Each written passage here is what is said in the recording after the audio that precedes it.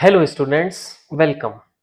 सो आज हम लोग क्लास 10th का लाइफ प्रोसेसेस का अपना last portion that is excretion को एंड अप करने वाले हैं और हमारा पूरा चैप्टर खत्म हो जाएगा जिसमें हमने न्यूट्रिशन जाना, सर्कुलेशन जाना, रेस्पिरेशन जाना और आज हम last portion that is excretion पढ़ने वाले हैं। ठीक है, बहुत इंपॉर्टेंट पोर्शन है, ध्यान से समझेंगे इसको।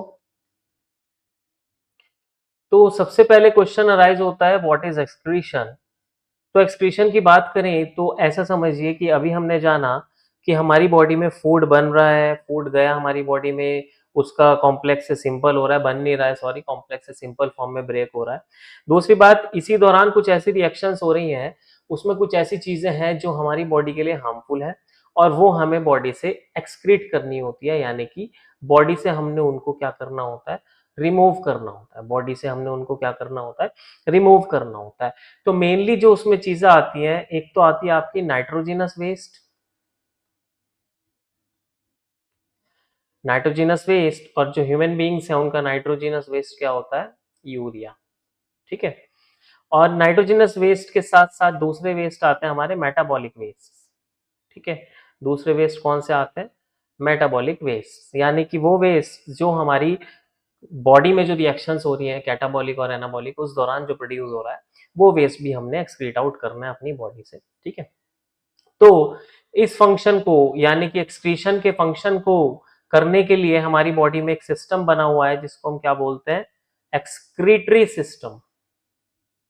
ठीक है, क्या बोल रहे हैं, एक्सक्रीटरी सिस्टम।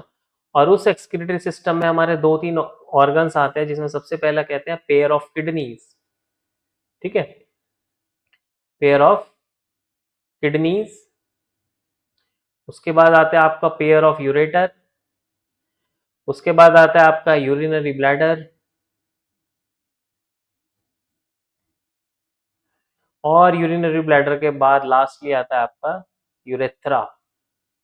ठीक है, तो ये सारी चीजें मिलकर हमारा एक्सक्रीशन का फंक्शन परफॉर्म कर रही है, जिसमें जो मेजर यूनिट है हमारी वो किडनी है। वो एक्सक्रीशन के साथ साथ बॉडी में एक और चीज कर रही है दैट इज ऑस्मो रेगुलेशन। ठीक है, एक और फंक्शन है उसका, किडनी का हमारी बॉडी में, उसको क्या बोलते हैं, ऑस्मो रेगुलेशन, जिससे कि हमारी बॉडी में एक बैलेंस कंडीशन बनी रहे सारी केमिकल रिएक्शंस की और टेम्परेचर की, और उस बैलेंस कंडीशन को हम क्या बोलते हैं, होम्योस्टेसिस। कि जब हमारी बॉडी एक बैलेंस कंडीशन में चल रही हो, so that condition is known as homeostasis.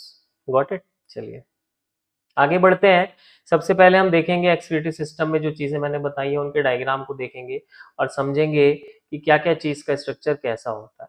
ठीक है, चलिए, तो यहाँ पर आप देख पा रहे हैं क्या कि सबसे पहले आपको दो किडनीज दिख रही है। This is the right kidney, right one, and this is the left one. उसके बाद किडनी से ही दो ट्यूब्स अराइज हो रही हैं। ये वाली ट्यूब जो आपको दिख रही है दिस इज यूरेटर, एक राइट किडनी से आ रही है और एक लेफ्ट किडनी से आ रही है। उसके बाद ये जो स्ट्रक्चर आपको दिख रहा है दिस इज ब्लैडर, जिसको हम यूरिनरी ब्लैडर भी बोलते हैं। और लास्टली जो स्ट्रक्चर ये आपको दिख रहा है दिस इज यूरेथ्रा। ये वेना कावा है आपकी, जो सुपीरियर और इंफीरियर वेना कावा होती है हमारी, जो आपकी बॉडी में क्या लेके जाती है, जो आपका डीऑक्सीजनेटेड ब्लड होता है उसको कैरी करती है, तो ये वेना कावा है। और ये एओर्टा यहाँ से ज्वाइन हो रखी है और यहाँ से आ रही है रेनल आर्टरी। ठीक है, रेड वाली, और ये ब्लू वाली क्या है, रीनल वीन। ठीक है, चलिए, तो चार चीजें हमें क्लियर हो गई। इनके फंक्शन की बात करें तो किडनीज का क्या फंक्शन है, किडनीज का मेन फंक्शन है क्या, फिल्ट्रेशन ऑफ ब्लड। ठीक है, किडनीज का मेन फंक्शन क्या है, फिल्ट्रेशन ऑफ ब्लड, ब्लड का फिल्ट्रेशन। उसके बाद यूरेटर का फंक्शन क्या है कि जो फिल्टर होके यूरिन प्रोड्यूस हुआ है, यूरिन प्रोड्यूस्ड फ्रॉम किडनीज, जो किडनीज ने किसको प्रोड्यूस किया है, यूरिन को, वो पास करेगा, passes to urinary bladder. Bladder को देगा कौन, यूरेटर देगा। ब्लैडर का फंक्शन क्या होता है, अगर ब्लैडर की बात करें तो यूरिनरी ब्लैडर का फंक्शन होता है टेम्पोरेरी स्टोरेज। ठीक है, टेम्पोरेरी स्टोरेज ऑफ यूरिन। ठीक है, यूरिन का टेम्पोरेरी स्टोरेज करता है और समय समय पर उसको बॉडी से बाहर निकालता है with the tube known as urethra. ठीक है, एक ट्यूब की मदद से, जिसको हम क्या बोल रहे हैं, यूरेथ्रा बोल रहे हैं। तो हमें ये समझ में आ गया कि हमारी किडनीज का क्या फंक्शन है। किडनीज की लोकेशन की बात करें तो ये हमारे एब्डोमेन में लोकेटेड होती है और लगभग साइज में बहुत ज़्यादा बड़ी नहीं होती है, लगभग 10 से 12 सेंटीमीटर इसकी लेंथ होती है, 5 से 7 सेंटीमीटर इसकी विड्थ होती है।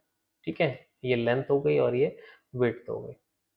ठीक है, तो किडनी जो होती है उसका मेन फंक्शन हमें पता चल गया है। अब किडनी के थोड़े से इंटरनल स्ट्रक्चर को हम देख लेते हैं। बहुत अच्छा डायग्राम है ये, इससे हमें अच्छे से समझ में आ जाएगा कि अगर किडनी को हम इंटरनली देखना चाहें तो हमारी क्या-क्या चीज़ें हमें समझ में आती है। ठीक है, तो सबसे पहले देखिए आप कि किडनी को हमने जब एलएस देख रहे हैं, हम इसका लॉन्गिट्यूडिनल सेक्शन देख रहे हैं, तो ये जो बाहर का रीजन है ये वाला, ठीक है, इसको हम बोलते हैं कॉर्टेक्स, ये वाला जो रीजन है। ठीक है, किडनी का जो बाहर का रीजन है। और जो अंदर का रीजन है उसको हम बोलते हैं क्या, मेड्यूला। ठीक है, जो आउटर रीजन है किडनी का, outer region is known as cortex, और अंदर वाला जो रीजन है that is inner region is known as medulla. ठीक है, कॉर्टेक्स और मेड्यूला। उसके बाद आप इसमें क्या देख पा रहे हैं कि ये जो ट्यूब आपकी यूरेटर आ रही थी ये ओपन अप हो रही है और एक बड़ा रीजन यहाँ पर बना रही है, देखो ये।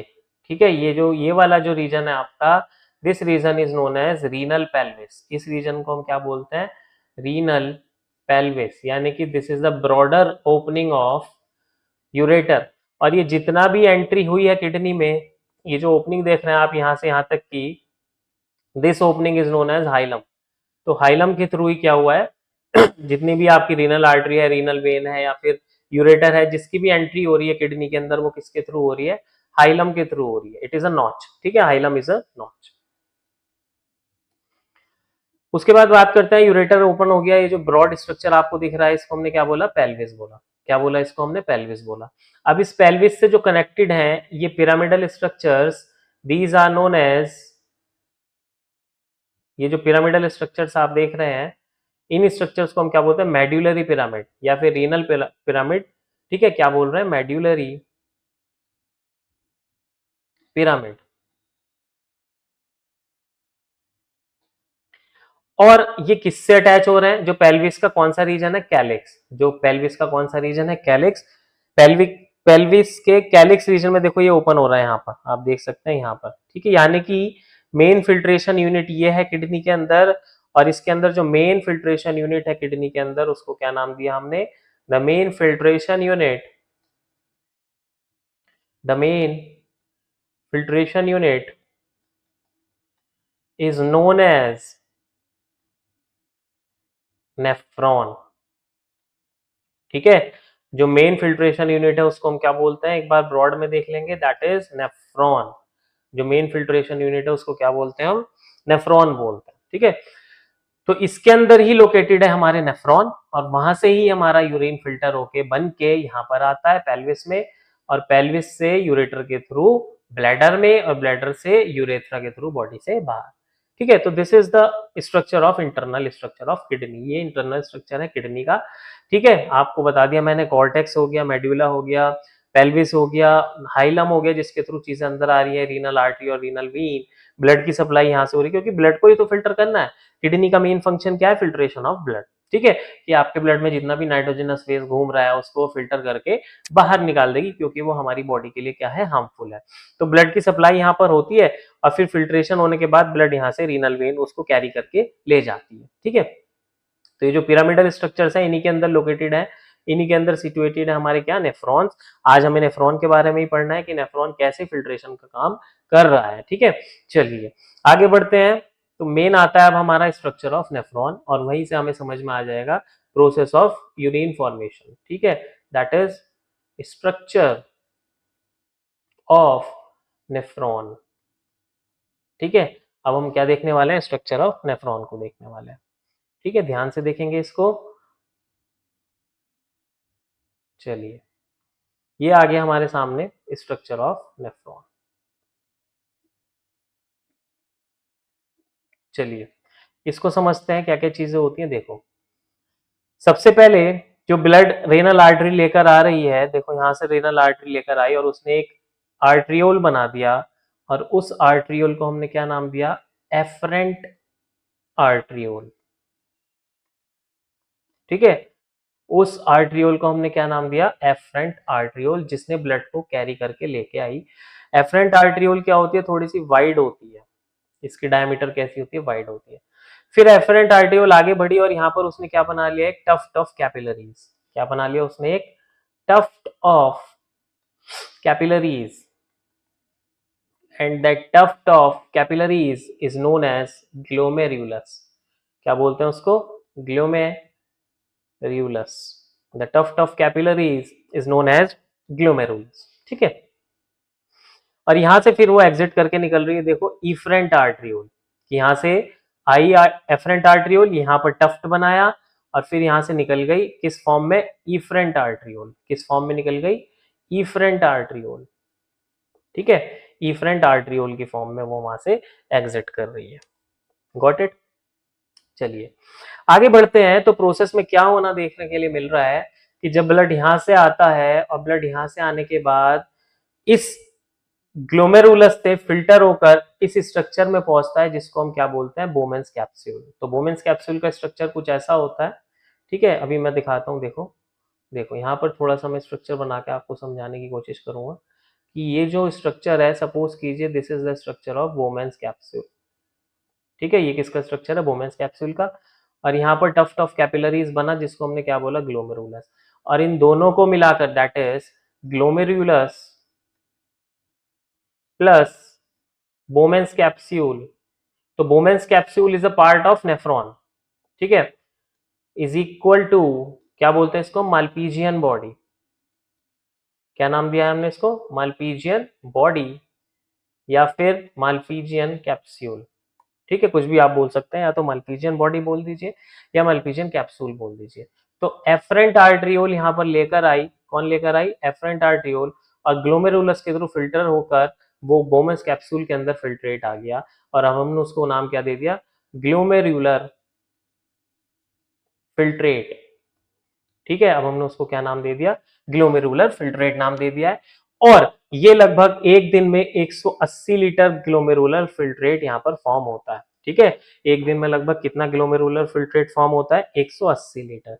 अब खास बात क्या है कि ये जो ग्लोमेरुलर फिल्ट्रेट आया है, इसमें नाइट्रोजनस वेस्ट तो है, पर नाइट्रोजनस वेस्ट के साथ कुछ इंपॉर्टेंट चीजें, जैसे ग्लूकोज हो गया, अमाइनो एसिड्स हो गए, वाटर हो गया, वो इतनी मात्रा में फिल्टर हो जाता है कि हमारे लिए उसको वापस से लेना ही एक ऑप्शन बचता है, क्योंकि हमारी बॉडी उसको बाहर नहीं निकल पा रही है। तो ये फिल्ट्रेशन का रेट इतना हाई होता है, कुछ जरूरी चीजें भी इससे फिल्टर होकर बाहर हो जाती हैं।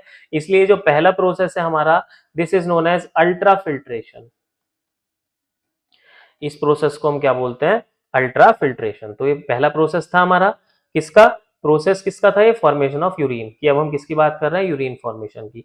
तो पहले प्रोसेस में क्या हुआ कि यहां से जब ब्लड आया तो इस ग्लोमेरुलस के थ्रू, ये जो ग्लोमेरुलस है इसके थ्रू इतना हाई रेट का फिल्ट्रेशन हुआ कि नाइट्रोजनस वेस्ट के साथ साथ कुछ जरूरी चीजें भी हमारी क्या हो गई, फिल्टर्ड आउट हो गई। और अब हमारा क्या रोल बनता है किडनी का, ये नेफ्रॉन का, कि वो उसको वापस लेके आए, क्या करे, वो उसको वापस लेके आए। ठीक है, तो पहला स्टेप क्या है हमारा, अल्ट्रा फिल्ट्रेशन। पहला स्टेप क्या है, ultra filtration. So what is ultrafiltration? So ultrafiltration is the filtration of blood through glomerulus into the Bowman's capsule, in which the nitrogenous waste is filtered out and form glomerular filtrate, as well as some important components like glucose, amino acids and water also got filtered and later they are reabsorbed. ठीक है, चलिए आगे बढ़ते हैं।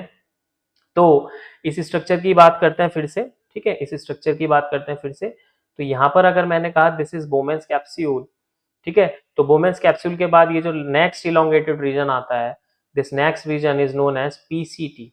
क्या बोलते हैं इसको, PCT, that is proximal convoluted tubule. क्या बोला, प्रॉक्सिमल कॉन्वोल्यूटेड ट्यूब्यूल। इसके बाद आगे बढ़ते हैं। तो एक यू शेप्ड स्ट्रक्चर आपको नजर आता है, this U shaped structure is known as Henle's loop, या लूप ऑफ हैनले भी इसको बोल सकते हैं। ठीक है, हैनलेज लूप। और उसके बाद फिर से एक फोल्डेड स्ट्रक्चर दिखता है, दैट इज डीसीटी। इसको हमने क्या बोला, डीसीटी।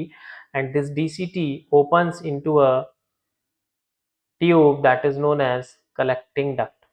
ठीक है, इसको क्या बोलते हैं हम, कलेक्टिंग डक्ट बोलते हैं। ठीक है, क्या बोलते हैं, कलेक्टिंग डक्ट बोलते हैं। एक बार डायग्राम देखेंगे हम।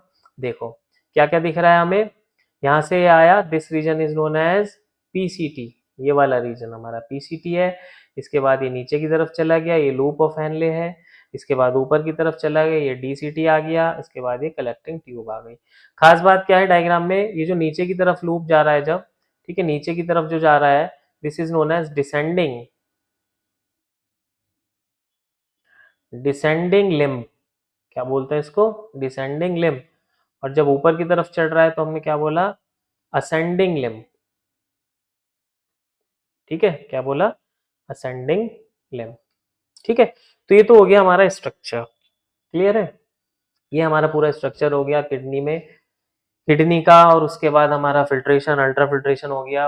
अब हम नेक्स्ट वीडियो में जानेंगे कि नेफ्रॉन कैसे फंक्शन कर रहा है, क्या क्या उसके अंदर चीजें देखने के लिए मिल रहा है। This is all about the structure of kidneys as well as structure of nephron. ठीक है, थैंक यू फॉर वॉचिंग।